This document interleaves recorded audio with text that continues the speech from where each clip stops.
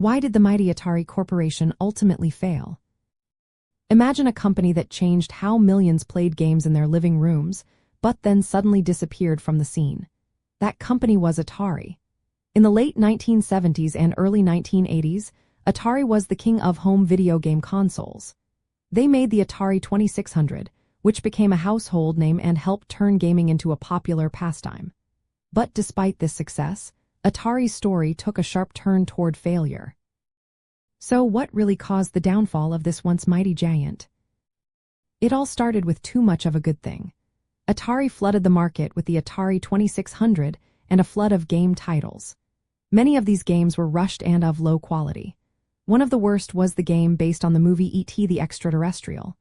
It was developed in just a few weeks to meet holiday deadlines and was full of bugs and poor gameplay.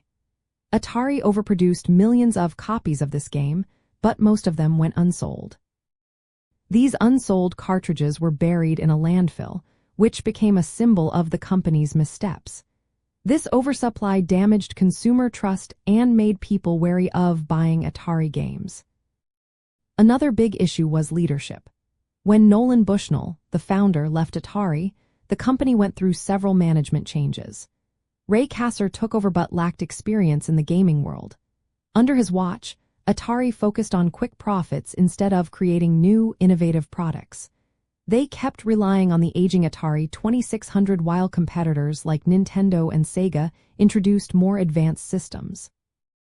These newer consoles had better graphics, more complex games, and appealed to a wider audience. Atari also struggled to keep up with the technological advances in gaming. Nintendo launched the Nintendo Entertainment System in 1985, which offered higher quality games and more powerful hardware. Meanwhile, Atari's attempts to enter the home computer market failed to gain traction.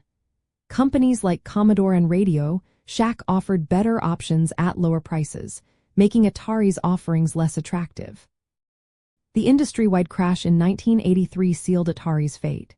The crash was caused by too many poor-quality games flooding the market, which led to a loss of trust among players and retailers. Stores stopped stocking Atari products, and many game publishers went out of business. Atari's market share fell from about 75% in 1981 to less than 40% in 1982. The company's financial troubles led to selling off its consumer division in 1984. Looking back at the 1980s, Atari's rise and fall tell a story of rapid growth followed by quick decline. They were the pioneers who brought video games into millions of homes and started the home console revolution. But their failure was partly due to rushing products, poor management decisions, and not keeping pace with technological changes. Despite their fall, Atari's legacy still lives on as a symbol of early gaming and the importance of quality and innovation in the industry.